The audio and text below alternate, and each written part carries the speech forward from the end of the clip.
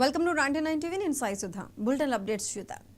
జనసేన 12వ ఆవిర్భావ దినోత్సవం సందర్భంగా మంత్రి నాదెండ్ల మనోహర్ ను కలిసేందుకు వచ్చారు పిఠాపురం మాజీ ఎమ్మెల్యే పెండెం దొరబాబు.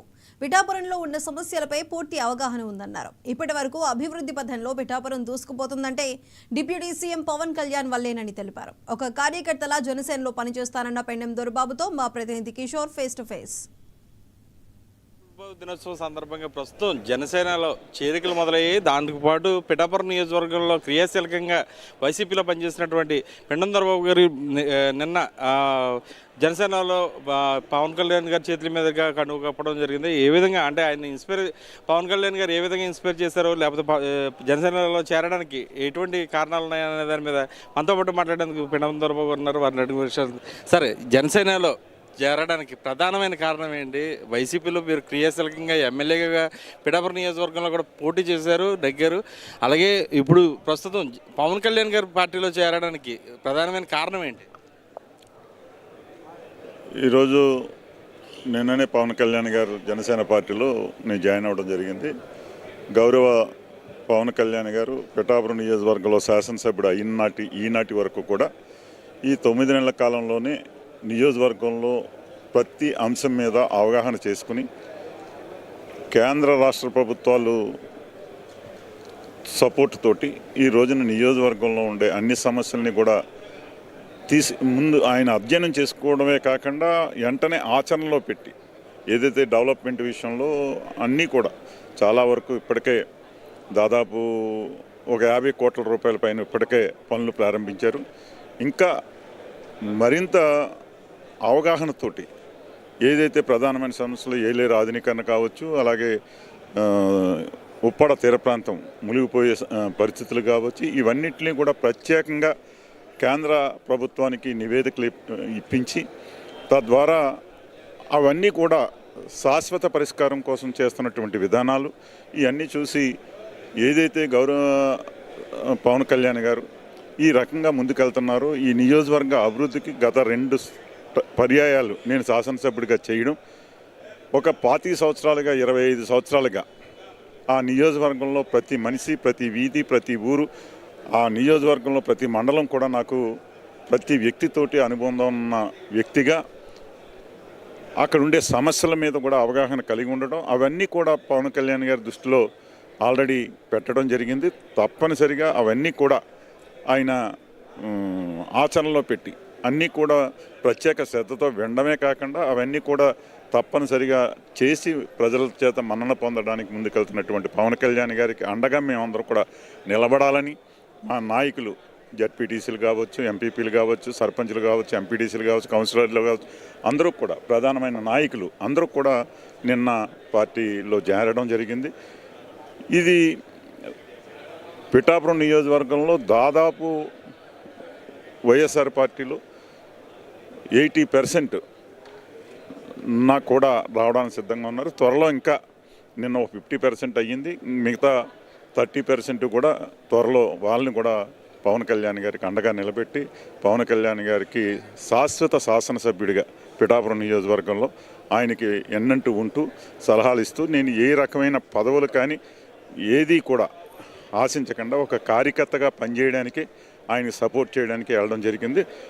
100కి 100% ఈ ఆలోచనతోటే నేను ముందుకెళ్తా ఉన్నాను. తప్పనిసరిగా పవన్ కళ్యాణ్ గారికి ఆయన ఊపిరినంతకాలం, నా ఊపిరినంతకాలం తప్పనిసరిగా ఆయనకు అండగా ఉంటామని చెప్పి తెలియజేస్తాను. సార్, అంటే ప్రధానంగా జనసేన అధినేత పవన్ కళ్యాణ్ గారు పిఠాపురం ఎంచుకున్న కాడి నుంచి మిమ్మల్ని పార్టీలోకి అంటే వేరు రకాలుగా కూడా ఆహ్వానాలు పలుకుతూనే ఉన్నారు. అంటే ఒకే సామాజిక వర్గం ఉన్నప్పటికీ కూడా ఆ పిఠాపురం నియోజకవర్గం అంతటా కూడా మన అనే పెండెం దొరబాబు అని చెప్పి ఎప్పుడు కూడా మిమ్మల్ని విమర్శించలేదు. అలాగని చెప్పి పిఠాపురం నియోజకవర్గంలో మిమ్మల్ని ఒక కుటుంబ సభ్యుడిగానే పవన్ కళ్యాణ్ గారు భావించారని ఇప్పటికీ కూడా జనసేన నాయకులు కూడా అంటున్న పరిస్థితి. ఇప్పుడు ఈ బాధ్యత అంటే ఇప్పుడు 12వ ఆవిర్భావ దినోత్సవానికి సంబంధించినటువంటి బాధ్యత మీ మీద ఏ విధంగా వేశారనేది అనుకోవచ్చు. రాజకీయాల్లో ఎప్పుడూ కూడా ఈరోజు నేను పార్టీలో నుండి రెండు సార్లు పర్యాయాలు పోటీ చేసి ఒకసారి శాసనసభ్యుడిగా ఒకసారి ఓడిపోవడం జరిగింది. అయినా పార్టీలోంచి బయటకు వచ్చిన అంత మాత్రాన ఆ పార్టీని విమర్శించేసి అలాగే ఎదర పార్టీని దుమ్మెత్తి పోసేసి ఆ రకమైన రాజకీయ నాయకుడిని కాదు నేను.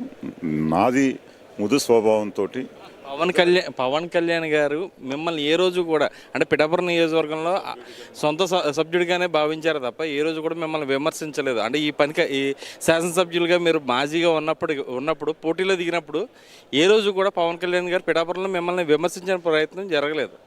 ఈ రోజు జనసేన అధినేత పవన్ కళ్యాణ్ మిమ్మల్ని పార్టీలోకి ఆహ్వానించడం ఏ విధంగా చూడొచ్చు అనేది? పవన్ కళ్యాణ్ గారు అంతకు ముందే నన్ను ఆహ్వానించడం జరిగింది. కానీ నేను ఒక ఎథిక్స్ తోటి పార్టీలో ఉన్నాను. నా మనసరిగి నా కార్యకర్తలు కానీ, నా జనాలు కానీ, ఓటర్స్ కానీ శక్తి మేరకు పవన్ కళ్యాణ్ గారికి ఉపయోగపడ్డారు. ఎప్పుడూ కూడా ఆయన నేను అనలేదు, ఆయన నన్ను అనలేదు. ఒక శాసనసభ్యుడిగా ఉన్నా కూడా ఎప్పుడు నన్ను ఆయన అనకపోవడం నిజంగా ఆయన గౌరవానికి ఎప్పుడు కూడా మనం గౌరవించాలి. అలాగే నేను కూడా ఎప్పుడు కూడా ఆయన విమర్శించడం కానీ ఆ పరిస్థితులు కానీ ఆ రాజకీయ వాతావరణం కానీ నేను ఉండను. ఫస్ట్ నుంచి నా మనస్తత్వానికి విరుద్ధం అది. ఆ రకంగా ప్రజల్లోకి పోయి ప్రజల మన్ననలు పొందడానికి ప్రయత్నం చేస్తాను తప్పించి ఈ రోజున పిఠాపురం నియోజకవర్గంలో ఇంతమంది దాదాపు 30 మంది సర్పంచులు, కౌన్సిలర్లు అందరూ నాతో వచ్చారంటే, జడ్పీ వైస్ చైర్మన్, ఎంపీపీలు నాతో వచ్చారు అంటే నేను చేసినటువంటి సర్వీసు కావచ్చు, నేను చేసినటువంటి విధి విధానాలు కావచ్చు అందరికీ నచ్చి నాతో పర్వాలేదు ఈయనతోటే మనం ఉండాలనే విధానంలో నాతో పాటు వారందరూ కూడా వచ్చి కండ వేయించుకుని జనసేన పార్టీకి సపోర్ట్గా నిలబడడానికి ఉన్నారు అంటే అది మన యొక్క ప్రవర్తన, మన యొక్క విధానాలే అని చెప్పి తెలియజేస్తాం. ప్రస్తుతం అలాగే పార్టీ ఏ రకంగా నాకు బాధ్యతలు అప్పచెప్తే, జన సమీకరణ అప్పచెప్తే జన సమీకరణ, ఏది అప్పచెప్తే దాన్ని సంపూర్ణంగా నేను పిఠాపురం నియోజకవర్గంలో పార్టీ ఏ రకంగా నాకు బాధ్యతలు అప్పచెప్తే, జన సమీకరణ అప్పచెప్తే జన సమీకరణ, ఏది అప్పచెప్తే దాన్ని సంపూర్ణంగా నేను పిఠాపురం నియోజకవర్గంలో నేను గత 25 సంవత్సరాలుగా నా అనుభవంతో తప్పనిసరిగా ఎన్నో ప్లేనరీలు అయ్యి చేసినటువంటి సభలు చేసినటువంటి వ్యక్తిగా ఇది 100% నా వంతు మా జనాలతోటి తప్పనిసరిగా జన సమీకరణలో ముందుండి అక్కడ మంచి పవన్ కళ్యాణ్ ఆవిర్భావ సభని సూపర్ హిట్ చేయడానికి నా వంతు కృషి చేస్తాను. ప్రస్తుతం అంటే ఎటువంటి బాధ్యత అంటే పదవులను ఎటువంటి ఆక్షించకుండా ప్రస్తుతం ఒక కార్యకర్తగానే ముందుకు వెళ్తానని చెప్పి పవన్ కళ్యాణ్ గారికి